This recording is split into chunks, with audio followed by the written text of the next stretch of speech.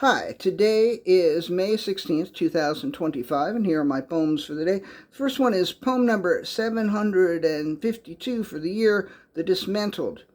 Until last week, I was displayed on Park Avenue, but now I've been removed, displaced, disembodied, dismantled, my various parts placed on a flatbed truck and transported away. What place will I be brought to, and what will replace me, I do not know.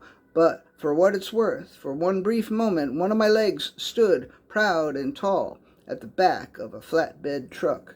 Poem number 753, The Sloth Wranglers. The Sloth Wranglers have a fairly easy job because sloths are very slow. They barely need wrangling at all. It is easy to collect them up and direct them to go where they are meant to go. The work is slow but easy. It's nothing like herding cats or catching fireflies or whatever. So I was more than a bit surprised to learn that an experienced sloth wrangler can clear more than 200 grand a year. I have never had a clear understanding of what influences labor markets, but I believe that by most measures, the sloth wranglers are grossly overcompensated. Poem number 754, The Range Rangers. The Range Rangers spent a lot of time on the range looking for ranges.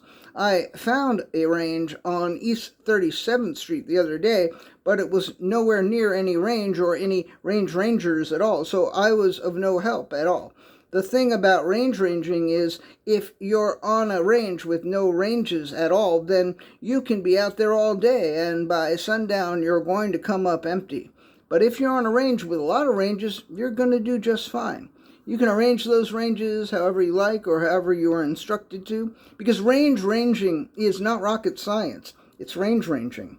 And although it is generally done by certified range rangers, it can be done by amateurs as well. Poem number 755, The Radar Range. One of the most elusive of all ranges is the amount of radar range. I don't know of a range ranger who has spotted a radar range in this millennium. Somewhat counterintuitively, you cannot detect a radar range with radar. You've got to do it the old-fashioned way, and even then, your chances of spotting one are slim to none. If you really want a radar range, you're better off just going on eBay or something. But between you and me, these days you can find much better ranges on the range or elsewhere. And last poem of the day, poem number 756, Strange Dangers. There is, of course, stranger danger, but there are far stranger dangers than stranger danger. And these strange dangers can present themselves in both the most unlikely and the most likely sets of circumstances. For the unschooled, let me school you about some of the stranger of the strange dangers. There is the danger of urinating in phosphorescent or fluorescent colors. There is the danger of disintegrating into non-corporeality.